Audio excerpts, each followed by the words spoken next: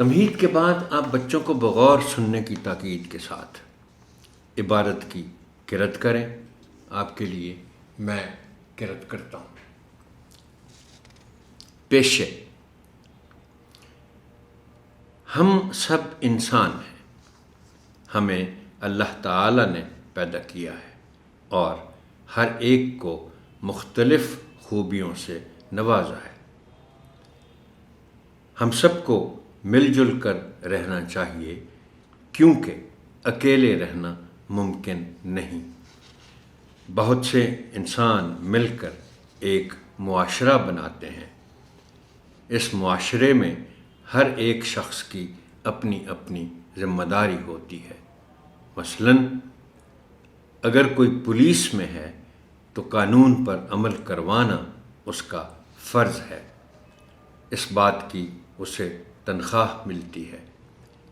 اسی طرح ڈاکٹر بیمار لوگوں کا علاج کرتا ہے، اس کی فیس لیتا ہے۔ جب ہماری گاڑی، موٹر سائیکل یا سائیکل خراب ہوتی ہے تو مکینک اسے ٹھیک کرتا ہے۔ ہر انسان کسی نہ کسی ذریعے سے اپنی گزر بسر کے لیے پیسہ کماتا ہے۔ اسے اس کا ذریعہ معاش یا پیشہ کہتے ہیں۔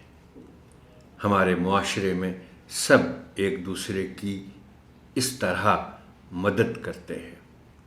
آئیے آج کچھ ایسے لوگوں کے بارے میں جانتے ہیں جو ہمارے لیے روزمرہ زندگی میں بہت اہمیت کے حامل ہیں۔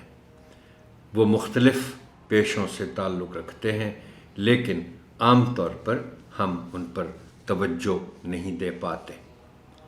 روزانہ ہمارے گھر ایک شخص آتا ہے جو ہمارے گھر سے کوڑا کرکٹ اٹھا کر لے جاتا ہے۔ اسے خاکروب کہتے ہیں اور یہی اس کا پیشہ ہے۔ موچی جوتے بناتا اور مرمت کرتا ہے۔ لوہار لوہے کے اوزار بناتا ہے اور لوہے کی چیزیں مرمت کرتا ہے۔ مالی باغبانی کرتا ہے اور پودوں اور درختوں کی دیکھ بھال کرتا ہے۔ سونار مختلف قسم کے زیورات بناتا ہے۔ گوالا گھروں میں دودھ پہنچاتا ہے۔ درزی کپڑے سیتا ہے۔ دھوبی کپڑے دھوتا ہے۔ حجام بال کاٹتا ہے۔ مستری عمارتیں بناتا ہے۔ باورچی کھانے بناتا ہے۔ اسے خانسامہ بھی کہتے ہیں۔ کسان فصلیں کاشت کرتا ہے اور اناج پیدا کرتا ہے۔ مچھیرا مچھلیاں پکڑتا ہے۔ حلوائی مٹھائیاں بناتا ہے۔ قصاب جانور ذبح کرتا ہے اور گوشت بناتا ہے۔ کسی بھی پیشے سے تعلق رکھنے والا ہر شخص قابل عزت ہے۔